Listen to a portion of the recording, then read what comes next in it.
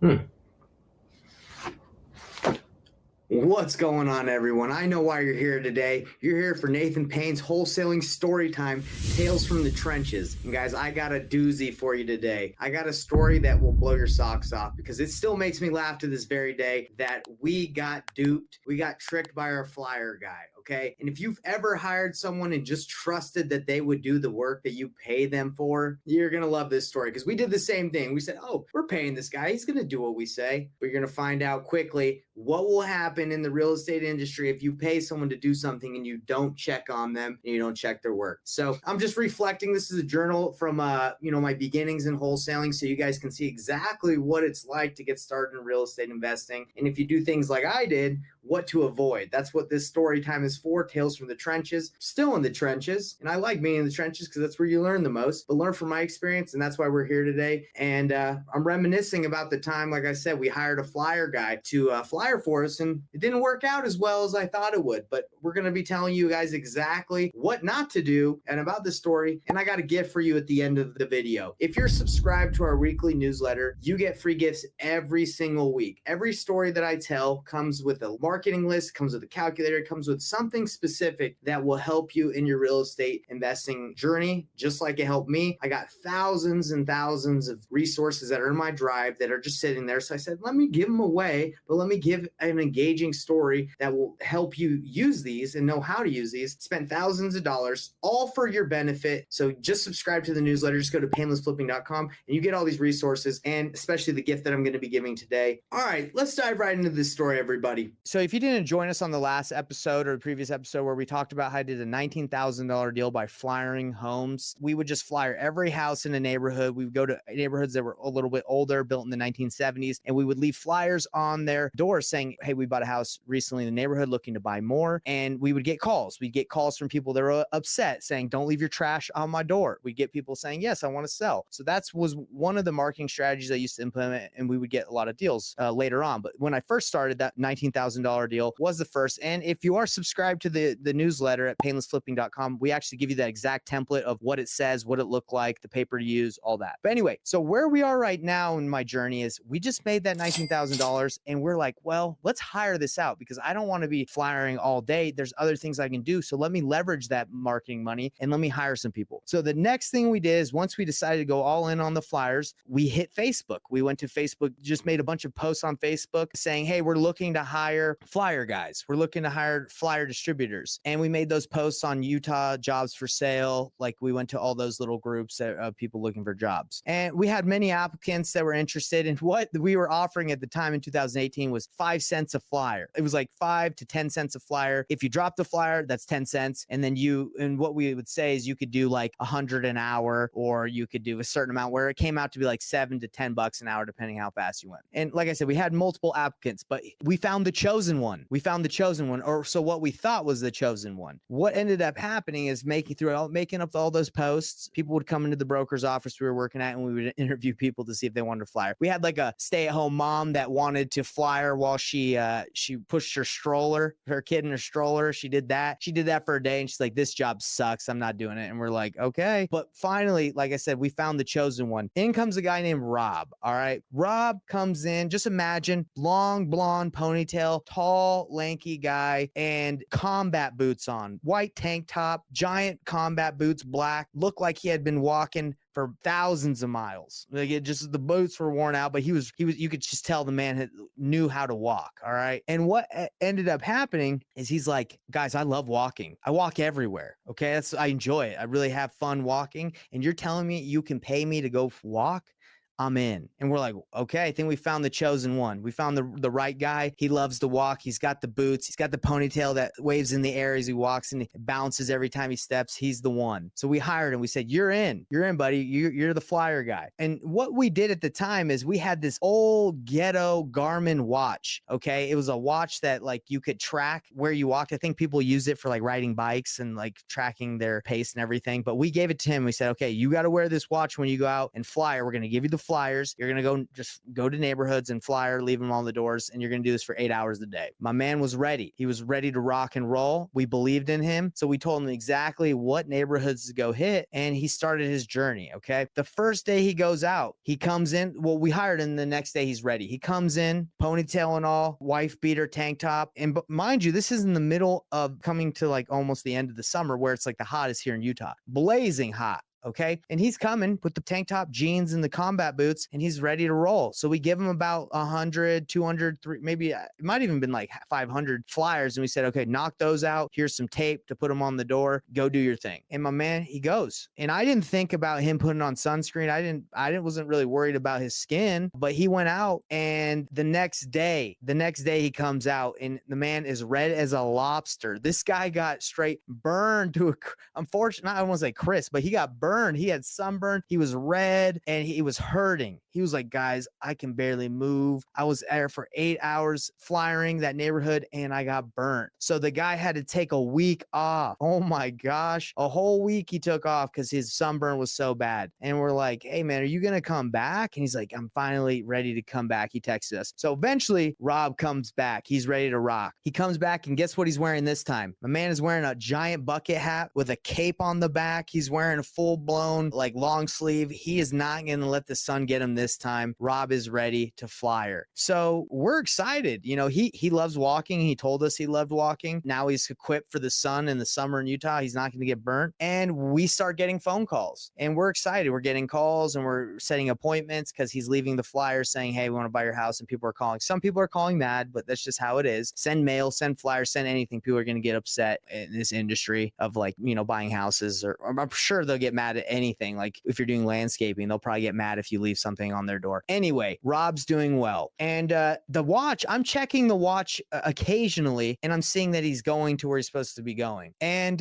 you know, 2 or 3 weeks goes by and the calls die down. You know, the calls aren't going. And I'm checking the watch. Maybe I'm actually not checking that much because I'm like, okay, why would the guy not be walking anymore? He's saying he's picking up the flyers. He says he's going, but the calls die down. And I say, Corey, it's kind of weird. You know, we were getting a lot of calls before. Rob's still going out there, but our calls have freaking diminished. They've dwindled a ton. And you know, what's going on? Corey says to me, Nate, have you checked the Garmin watch? Have you checked online to see his location? I say, man, I'm sorry. I've let that slide. I trusted the guy. I didn't even think to check anymore because I was like, I thought he had it. I go and check, and the line that the Garmin watch shows that the trajectory of like where he's been walking, it's just straight lines on the sidewalk. And I go back, I look a little bit, and it's just straight lines. You know, he's not going to the doors according to the watch, that shows the journey or whatever, right? The GPS. And I'm like, man, it looks like he's just walking on the sidewalk. He's been doing this for a couple weeks when the call started dying down. There's no way he's just going out there for 8 hours a day and just walking the sidewalks. That's a waste of time. That's why I said to myself, and Corey's like, maybe there's something malfunctioned with the watch. Maybe the watch isn't working. You know, I got an idea, man. Why don't we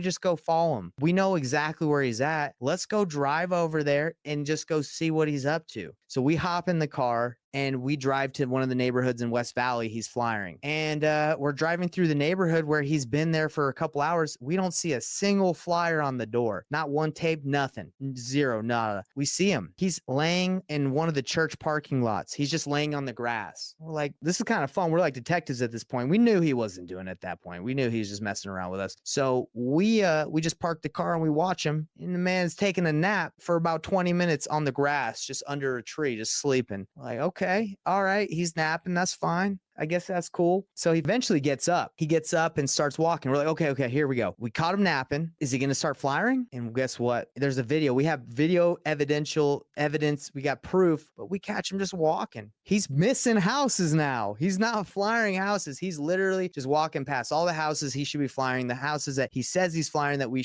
were paying him for the last couple weeks. He's just passing them by. And Corey's starting to get fired up. He's like, man, I'm about to go pull up on him and tell him we caught him. I said, no. We'll get him another way, Corey. Let's go. We know he's not doing it. Let's see how long he keeps this lie going for, because we're not going to pay him obviously anymore. Let's go back to the office. So we go back to the office and I'm like, hey, he's going to come back for his next batch of flyers. At this point, we don't care. Let's see how long he says he lasts with the flyer, the 500 batch we gave him the last time he came in. So he comes in a couple days later. He's like, hey guys, can you imagine this, just lying like this? He says, hey guys, I just finished the other batch of flyers. I'm ready for my new batch. I'm ready for the new stack. And this is how I played it. I was like, hey, Robert, it's kind of weird. You know, we haven't been getting any phone calls from any of the flyers you say you've been holding out. What do you think's going on? He's like, I don't know, man. I don't know what could be going on. I've been flyering. And that's what he said. He's like, I've been doing it. And I was like, you know what? We actually, and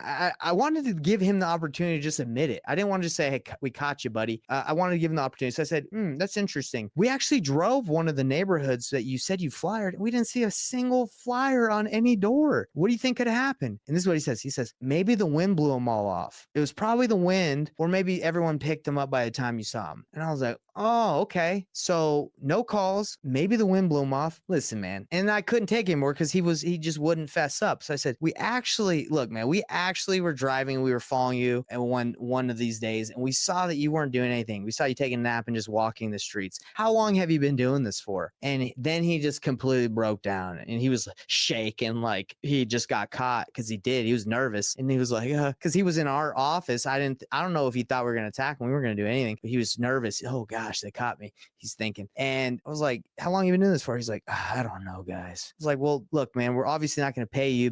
You've been lying to us for a long time. We're not going to do anything to you. We're not going to hurt you. Chill, buddy. Don't stop shaking. It's all good. But do you at least have the flyers? Do you have the flyers we gave you? Because we can use those since you didn't use them. And he's like, oh, guys, I threw them away. Like, you threw away like the 2,000, 3,000 flyers we've given you over the last couple of weeks to flyer? He's like, yeah, I threw them away. I'm like, I'm about to charge you for those. And I didn't say that, but in my mind, I was like, anyway, we didn't have anything left to pay him because he had been lying for a couple of weeks. And I was like, well, dude, you at least have the tape we gave you? Because we'd like the tape, because we're balling on a budget that time. We're brand new. He's like, nah, I ain't got the tape. I'm sorry. I threw that away too. So we're like, dude, okay, well, obviously you're fired. You're obviously fired, buddy. I don't think I get angry very quickly. Maybe others would say different, but I was just like, okay, thanks, man. Like, you're fired. I guess at that time I hadn't really fired anybody really, because in Dish Network, when I did door to door, it was mainly people just quit because they couldn't handle it. This guy didn't quit. He just was going to keep going forever all summer if we didn't catch him. So I was just like, you're fired. I guess you can just leave right now. I guess that's what happens when you get fired. And he was like, okay. So he left, and me and Corey were just like, dang, man. Well, we probably should have checked a lot sooner when we weren't getting calls on the Garmin watch, or just went and followed them before, so none of this would have happened. Now, look, I think it cost us maybe like $400, $500 of paying him before we reconciled and figured everything out. But yeah, we got lied to. And that is, looking back, I think it's a funny story because just like, I just trusted that the man would do what he said. And I figured no one would just be walking 8 hours a day, coming in for batches of flyers every 3-4 days, when normally that's when you'd be done. I just figured I trusted, but I did not verify. So, the lessons that I learned from this is that even though a person can come in and look the part, the walking combat boots, said that they love walking, whatever they say, you have to verify. You don't know how many people we've hired that they talk a big game. Oh, I'll close every deal. I'm the best at this. I love talking to people. I love this or that. And then you hire them and they're the complete opposite. They don't do anything they say they'll do. It happens all the time. Okay. So you can trust, but you need to verify. So that's one of the lessons that I learned. Another one was that you got to have an app that you trust as well. Like the Garmin watch, we were always questioning whether it worked or not. Now I use software and apps that like exactly tracks like whether you're zigzagging or you're going to the door or not. And that's what I want to give you guys for subscribing to the newsletter at painlessflipping.com. When you receive this story, I'm going to give you a 7-day free trial to the app that I use to not only track when I'm driving for dollars, I'm tracking when, when people are flying for me, but it also does many other awesome things. Like you can skip trace right from there. The cool thing about the app is you can mark houses that look crappy while you're knocking or walking or flying, and you can actually skip trace them right there and call them while you're right in front of their house, which is a great move because we've done tons of deals through driving for dollars looking at distressed houses. So I'm going to give you that app, 7-day free trial, and it will help you succeed if you decide to do the strategy. Guys, I talked to another guy who was at a mastermind the other day. He does about 20 to 25 deals from knocking pre-foreclosures doors, people in pre-foreclosure, probate. He does this, and then obviously if they don't answer the phone, he leaves a flyer. So this is a strategy that works extremely well, especially if you're on a lower budget and you want to save money. Works like magic. The only reason I don't implement as much because I don't want to manage that kind of team at the moment, but I tell you, if you are brand new, this strategy of flyering and knocking is money, especially if you're really targeted and you have buyers and you do it the painless way. You're not just going to a random neighborhood, you don't know anything who will buy it. You got to have an understanding of who can buy the deals if you're going to wholesale into them. As I reflect on this journey, it lets me know that, obviously I've leveled up as a manager. And if you struggle with hiring people, you need to reflect and be like, what were my struggles? Just like I'm reflecting, well, my struggles was I wasn't really checking on him. I was just hoping and trusting. And if that's your management style, it's not going to work out all the time. I can tell you right now, if you just hire someone and you're like, I believe he's going to do what he said he would, not a good management process. I'm telling you, strategy is bad. Don't do that. And my last thing I want to do is I want to invite you to subscribe to the newsletter again. It has many great resources worth thousands of dollars that I'm giving to you. Subscribe at painlessflipping.com. And if you're watching this live or you watch this later, please give this video a thumbs up so it can get in front of more people. And if you have any stories that are similar, if you want to engage, if you want to tell me, yo, Nate, that was a great story. Nate, that sucked. You went way too long on the talking about his ponytail. Doesn't matter. Go ahead. Let me know because I want to hear your feedback. It's important to me to know how you guys feel about what I'm saying because this is for you. It's for all of us, right? So anyway, hope that story was fun. And I appreciate you guys being on Nathan Payne's Wholesaling Storytime, Tales from the Trenches. Hey everybody, what's up? It's Nathan Payne. And for the first time ever, we just released this insane training bundle that has literally everything that I've learned from doing a combined 4,000 deals in real estate, all from starting with absolutely no previous business background experience or any real estate experience. Plus there's over $19,000 worth of free gifts that we're throwing in all for an insanely low price. If you want to get your hands on this, be sure to click the first